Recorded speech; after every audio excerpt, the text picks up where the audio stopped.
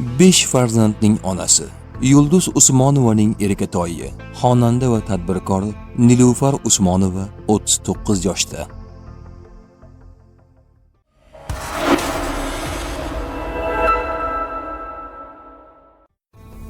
O'zbekiston, Qoraqalpog'iston, Tojikiston xalq artisti Yulduz Usmonovaning yakkayu yolg'iz qizi, 5 farzandning onasi, xonanda Nilufar Usmonova 6-aprel sanasida 39 yoshni qarshiladi.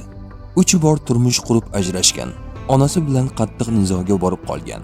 Ortiqcha vazn bilan kurashgan Nilufar Usmonovaning qo'shiqchilik faoliyati va shaxsiy hayotiga nazar solamiz. Yulduz Usmonovaning ilk turmush o'rtog'i sozanda Ibrohim Hakimov bo'lgan. 2 ijodkor qisqa turmush davomida qiz farzandli bo'lgan. Ammo ma'lum sabablarga ko'ra ular 1996-yili rasman ajrashgan. Nilufar Usmonova o'z intervyularida to'liq oilada ulg'ayishni orzu qilgan va bolaligida ota-ona mehriga zor bo'lgani haqida aytib bergan. Bolaligim Marg'ilonda, buvimning hovlisida o'tgan. Ra'no xolam onamdek mehr bergan bo'lsa-da, bola baribir o'z ota-onasini sog'inar ekan. Xolalarimning o'z farzandlari bor edi. Ular bilan birga o'ynardik. Urushib qolsak, baribir o'z singlisi, ukasi bilan birga bo'lib olardi. Men esa yolg'izlanib qolardim. O'shanda hali bolalarim ko'p bo'ladi. Hech kim ularni yolg'izlatib qo'ymaydi deganimda, farishtalar amin degan ekan. Otamni ham, onamni ham yaxshi ko'raman. Ajrashish ularning qarori. Qarorlarini hurmat qilgan holda ikkisiga ham bo'lgan farzandlik mehrim saqlanib qoladi, deydi Nilufar Usmonova. Onamning xatosini takrorlamayman. Nilufar Usmonova onasining qattiq qo'l bo'lgani, u qilgan xatolarni takrorlamaslikka so'z bergani haqida gapirdi. Bolaligimdan yumshoq tabiatli qiz bo'lganman. Shu bilan birga odamlar nazarida bo'lishni yoqtirmasdim. Chunki notanish odamlar ham meni ko'rsa, Yulduzning qizi deb erkalashardi. Bu esa menga yoqmasdi. Onam nihoyatda qattiq qo'l bo'lgan. Bolaligimda boshimni silab erkalaganini eslay olmayman. Xato qilsam urishardi. Kaltak yegan paytlarim ham bo'lgan. Onam mendan katta odamdan talab qilinadigan ishni talab qilardi. O'sha paytda undan ranjiganman. Ammo ona bo'lgach, uning qarorlari to'g'ri ekanligini tushunib yetdim. Eng qizig'i, nabiralardan mendan talab qilganichalik biror narsani so'ramaydi. Men urishsam, bola-ku sekin-sekin o'rganadi deydi. Onam qilgan xatolarni qilmayman, san'atni tanlamayman deb o'z-o'zimga so'z bergandim. Ammo bandaning emas, yaratganning aytgani bo'lar ekan, deydi xonanda. Qo'shiqchilikka umuman qiziqmaganman. Nilufar Usmonova ilk marta 8 yoshida Shaytonga bo'ysungan yuraklar nomli qo'shiqni onasi bilan duet tarzda ijro etgan. Qo'shiqchilikka umuman qiziqmaganman. Menga Toshkentda yashashdan ko'ra Marg'ilonda buvim bilan qolish qiziqroq edi. Toshkentda tez zerikib qolardim. İlk marta sahnaga chiqishim ham onamning xohishi bilan bo'lgan, deydi Nilufar Usmonova. Xonanda boshlang'ich ta'limni Marg'ilon shahridagi 18-sonli maktabda oladi. Undan so'ng onasi Nilufarni Toshkentga olib kelib, til o'rganishga sharoit yaratadi. 10 yoshida uni Buyuk Britaniyaga o'qishga yuboradi. Shu tarzda Nilufar Vinihal maktabi va xalqaro kollejda tahsil oladi. Nilufar Usmonova 2001-yil O'zbekistonga qaytib keladi va o'rta ta'limni xalqaro maktabda yakunlaydi. Seni istamagan odamga intilma. Xonanda Nilufar Usmonova erta turmushga chiqqan.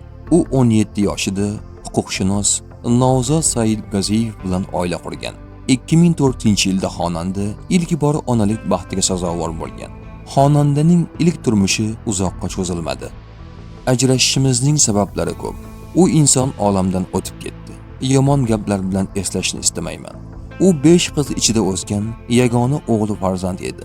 Oilani mustahkamlash uchun harakat qilganman. Ammo onamning gaplari qattiq ta'sir qilgan. Seni istamagan insonga intilib, qadringni tushirma. Hammasi taqdirdan degan. Qaynonam ham xuddi onamdek cho'rtkasar ayol edi. O'g'liga yoqmayaptimi, ajrash degan. Shunday bo'lsa-da, bu insondan minnatdorman. Chunki bu nikoh aqlli o'g'lim Said Azamxonning tug'ilishiga sabab bo'ldi, deydi xonanda Nilufar Usmonova. Ajrashganimdan keyin onam bilan yasha olmaganman. Turmushdan ajrashgan Nilufar Usmonova ruhiy tushkunlikka tushadi. Onasi bilan jiddiy kelishmovchiliklarga borib, o'g'li bilan alohida yashashga qaror qiladi. Birinchi turmushim bo'lmaganidan keyin onam ikkinchi marta turmushga bermoqchi bo'lganida o'g'limni olib uydan chiqib ketganman. Chunki men onam aytgan insonga turmushga chiqishni xohlamaganman. Sababi men boshqa insonni sevardim. Onam mashinamni olib qo'yib, yashashim uchun uy bergan. O'sha uyning sharoiti yaxshi bo'lgani uchun men uni ijaraga berib, o'zim sharoitsiz uyda yashaganman. Chunki bolamning bog'chasiga o'zimning yurish turishimga pul kerak edi. Ba'zan juda pulzarli bo'lib qolganida kosmetika sotadigan ayoldan tovar olib, xonanda dugonalarimga sotib pul topganman, deydi Nilufar Usmonova. Ajrimdan keyin ruhiy tushkunlik va moddiy qiyinchiliklar uni ijod qilishga undaydi. 2005-yili bolam shu yurt seniki nomli qo'shiqni ijro etadi. Bu bilan onasiga ham nimanidir isbotlashni istagandi. Ammo qo'shiq yaratish, ijodni boshlash oson emas. Shu bois u prodyuserlik kompaniyasiga murojaat qilib, hamkorlikni taklif qiladi. Birinchi marta to'yga chiqishim juda qiziq kechgan. Do'stim Jamshid Bobojonov shunaqa qilib o'tiraverasanmi? Bolang uchun ham ishlashing kerak-ku deb qo'yib bergan. Shundan keyin to'ylarga chiqishni boshlaganmiz. Ammo faqat do'stlarimizning to'yiga borardik. Chunki hali tashqaridan to'y oladigan darajada mashhur emasdim, deydi xonanda Nilufar Usmonova. Muxlislarimning san'atimga nisbatan simpatiyasi kuchli. Aktyor sifatida o'ynagan rollariga nisbatan Jamshidga sevgilari ham kuchli. Uni duo qiladigan hoji onalar bor. Menga ko'pincha siz jamiga turmushga chiqib oling deb hatto hoji onalar ham yozishadi. Ba'zan iltimos, ba'zan qarg'ish bilan ham yuqoridagidek gaplarni yozib qoldirishadi. Shunday yaxshi bolani menimcha begonalardan qizg'anishadi. Yana kimlardir bular do'st deydi. Aslida ham biz do'stmiz. Do'stligimiz jigarlikka o'tib ketgan desam ham bo'ladi. Xuddi ota-onasi boshqa bo'lgan opa-uka, aka-singildek, deydi Nilufar Usmonova. Taniqlilik vaqtimni, erkinligimni olyapti. Shunga qarab, Allohning yaxshi ko'rgan bandasi ekanman deyman. Ishimdan nolimatligim uchun Alloh menga qandaydir yetishmovchiliklar berib qo'ygan. Hayotda ba'zi bo'shliqlar bo'ladi va men shu bo'shliqlarni san'atim, ishim bilan to'ldiraman. Hammaning hayotida qandaydir yetishmovchiliklar bo'larkan baribir. Ichki ruhiyatim tomonlama men uchun bo'sh vaqt deyarli bo'lmasligi aslida yaxshi. Chunki hozir men moliyaviy tomondan emas, ruhiy tomondan shunga muhtojman. Tabiatan ta'sirchan, his-tuyg'ularsiz yashay olmaydigan insonman. Shuning uchun ham san'at juda band hayotimni rang-barang qilib turibdi. Har doim Allohdan minnatdorman. Rizqimni aynan san'atdan topayotganim uchun. Agar mana shunday intizomda yashamaganimda, kim biladi, balki boshqa kamchiliklar meni yomon holatga solib qo'yardi, deydi Nilufar Usmonova. 3 marta turmush qurib ajrashganman. 3 marta turmushga chiqqanman va 3 marta ajrashganman.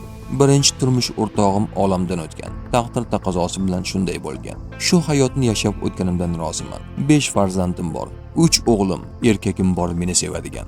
Saida Azamxon, Ibrohimxon, Sulaymonxon. Bular mening qanotlarim, tog'larim. Yoshroq paytlarimda farzandlarimga mehrim bunchalik bo'lmagan. Yillar o'tgan sayin onalik muhabbati oshib borar ekan. Shu sababli bugungi kunda yosh onalarni muhokama qilmayman. Chunki vaqtida o'zim ham ularday bo'lganman. Hali bola paytimda ba'zi kamchiliklarim bo'lgan bo'lsa, keyinchalik farzandlarim 3, 4, 5 nafar bo'lishganda Alloh menga bergan ne'matlarini jiddiyroq tushunib yetganman. Ertangi kundan umidim borligi uchun hozir hayotdan boshqacha rohatlanaman. Farzandlarim mendan keyin ham umidim bo'lib qolaverishadi. Dunyodan o'tsam ham ruhim, xotiram ular sabab tirik bo'ladi, deydi xonanda Nilufar Usmonova.